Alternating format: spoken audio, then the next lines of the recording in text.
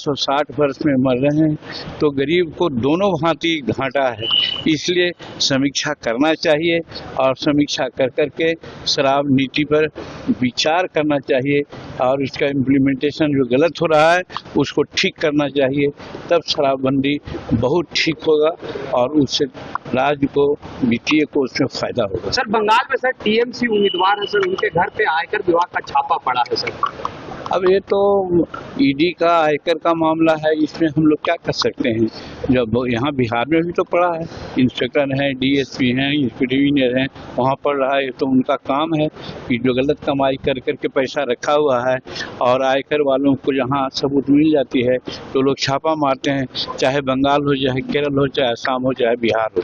इसमें कोई मुद्दा तो है। तेजस्वी यादव कह रहे हैं सर कि सरकारी तंत्रों का दुरुपयोग कर कैसे चुनावी प्रक्रिया को अधिक प्रभावित करना। वो तो जलूल बात करते ही रहेंगे, यही नहीं करेंगे तो फिर आखिर उनकी राजनीति कैसे चलेगी। देखिए, महिला आरक्षण बिल 2023 में ही पारित हो चुका था, लेकिन समस्या ये थी कि परिसीमन की भी आवश्यकता है, क्योंकि कोई भी पार्लियामेंट्री कॉन्फ्रेंसी या असेंबली कॉन्फ्रेंसी जो 1931 के जनगणना के आधार पर सब बना हुआ है, उस समय भारत की आबादी 55-54 करोड़ थी और आज 140 करोड़ हो गई। पार्लियामेंट 127 ऐसे हैं जहां 20 लाख से ज़्यादा मतदाता, 39 लाख और 45 लाख तक। कहने का मतलब ये है कि एक पार्लियामेंट के मेंबर को जहां 45 लाख मतदाता हों, मिलने जुलने में, वोटर्स को एमपी से मिलने में कितनी दिक्कत होगी। तो आवश्यकता ये थी कि डिलिमिटेशन पहले हो जाए, इसीलिए महिला आरक्षण के साथ साथ डिलिमिटेशन की बात की गई। यहाँ पर गलत नोशन फैलाया गया कि इससे दक्षिणी भारत के राज्यों को घाटा होगा और उत्तरी भारत के राज्यों को फायदा होगा। इसके लिए डाटा बताया गया कि कोई फर्क नहीं पड़ता है परसेंटेज के हिसाब से, और जब हम 1.5 सीट बढ़ाते हैं तो उत्तर प्रदेश में सीट जितना बढ़ता है 1.5 के हिसाब से कर्नाटक और केरल में भी बढ़ेगा। और रही बात कि कहीं 40 सीट है तो 60 हो जाएगा, और यहाँ भी जो है अगर 85 सीट है तो 150 सीट हो जाएगा। तो न्यूमेरिकल कहीं कोई फर्क नहीं पड़ता है, परसेंटेज में कोई फर्क नहीं पड़ता है, लेकिन उत्तर दक्षिण का नारा दे करके वो लोग दक्षिण वाले जो हमारे एमपी लोग हैं उनको गोलबंद करने में सक्षम हो गए। और महिला बिल को उन्होंने जो 2/3 मेजोरिटी चाहिए थी संविधान संशोधन के लिए, वो संख्या नहीं जुट सकी। ये दुर्भाग्य है इस देश के लिए और महिलाओं के लिए अपमान है। आज महिला हर क्षेत्र में मर्दों से आगे ही बढ़ कर के काम कर रही है, कोई कम नहीं कर रही है। और जब तक महिलाओं का कल्याण नहीं होगा, महिला आगे नहीं बढ़ेगी राजनीतिक तौर पर, तब तक अच्छा राजनीति या अच्छा विकास की बात हम लोग नहीं कर सकते। एक ज़माना था हिंदुस्तान में जब महिलाएं बहुत आगे थी, सरस्वती थी विद्या की मालकिनी, लक्ष्मी थी धन की मालकिनी और काली दुर्गा थी बल की मालकिनी। तब हमारा भारत जगत गुरु कहलाता था। बीच में मुगल शासन और ये सब आने के बाद किसी न किसी रूप में महिलाओं को दरकिनार कर दिया गया, जिसके चलते आज हम लोग की हालत खराब है। इस चीज़ को नरेंद्र मोदी जी और एनडीए के लोग चाहा कि हम महिलाओं को आगे बढ़ावेंगे, लेकिन इसमें उन लोगों को राजनीतिक गंध महसूस हुई और यही कारण है कि गोलबंद होकर के जो 2/3 मेजोरिटी आना चाहिए था उतना हमें नहीं आ सका, 50 या 52 सीट कम गया।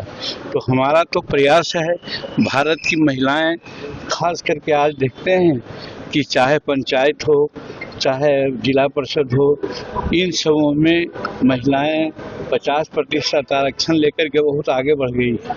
अभी तक वो घर संभाल रही है और देश की राजनीति में, राज्य की राजनीति में उनकी भागीदारी नहीं है। ये बहुत बड़ा अन्याय है। इस अन्याय को दूर करने के लिए नरेंद्र भाई मोदी जी ने ये विधेयक लाया था कि हम इसको पास कराएंगे और महिलाओं को घर तक सीमित नहीं रखेंगे, उनको हम राज्य और देश के राजनीति में भी सक्षम जो उनका योगदान है वो देंगे। ये इन लोग नहीं होने दिया, एक कह करके उत्तर और दक्षिण का मामला उठा करके राजनीति वो कर करके ऐसा किया है, जो दुर्भाग्य की बात है। लेकिन उसके बावजूद भी अब एनडीए के लोग, हम लोग एकदम उद्यत हैं, इस बात को गांव-गांव तक ले जाएंगे, लोगों को समझाएंगे और देश की नारी यदि सजग हो जाएगी तो आज नहीं तो कल 2/3 मेजॉरिटी आना ही है और तब महिला बिल और आ जाएगा और उनको हर तरह से हम लोग अपना रिप्रेजेंटेशन दे देंगे। इसलिए इसमें उन लोगों ने राजनीति देख करके ये बिल को पास नहीं करने दिया, जब तो जब पास करने में कोई दिक्कत नहीं थी, तो इसका खामियाजा वो लोग भोगेंगे। थोड़ा दिन के लिए महिलाओं को हम लोग जो उनका अधिकार है उससे थोड़ा सा वंचित कर दिया है, लेकिन हम लोगों का प्रयास है कि हर तरह से आगे बढ़ा करके उनको हम लोग करेंगे। और ऐसे जो उन लोगों का जो उद्देश्य है कि अगर डिलिमिटेशन नहीं होगा तो 2034 से हम लोग लागू करेंगे महिला बिल को, और ऐसे था कि 2029 के चुनाव में महिलाओं को बढ़े हुए सीट और रिजर्वेशन के आधार पर उनको हम लोग पॉलिटिकल लाभ दे सकेंगे। तो इसमें थोड़ी खलल हुई है, इसका सारे जिम्मेदारी विरोधी दल के लोग हैं, विपक्षी दल के लोग हैं, जो राजनीति से हमारे बिल को उन्होंने पास नहीं होने दी। सर, बिहार में नई सरकार बन गई है सर, आप शराबबंदी को समीक्षा के लेकर के लगातार मांग करते रहे, सर क्या लगता है इस बार शराब जैसे आज सम्राट जी बने हुए 2-4-5 दिन हुआ ही है, ये लोग आपस में विचार करेंगे, कोई भी बात आते आते कैसे उसको करेंगे, समीक्षा करेंगे, देखेंगे, लाभ हानि के बारे में सोचेंगे, सोच करके निर्णय लेंगे। जहाँ तक हमारी बात है, हमारा जो स्टैंड शुरू से है वही स्टैंड आज भी है कि शराबबंदी कोई खराब नहीं है, नीति ठीक है, लेकिन क्रियान्वयन में गड़बड़ी है, जिसके चलते गरीब तबके के लोग को एक तरफ कानूनी कार्रवाई में उनको घाटा हो रहा है और दूसरी तरफ शराबबंदी होने के चलते जल्दीबाजी में जो शराब बनाते हैं उसमें उन लोगों ने यूरिया और पेप्टे क्या क्या देख करके बना देते हैं 2 घंटा में, जो कि इंजूरियस होता है। और यही कारण है कि गरीब तबके के लोग जो शराब पीते हैं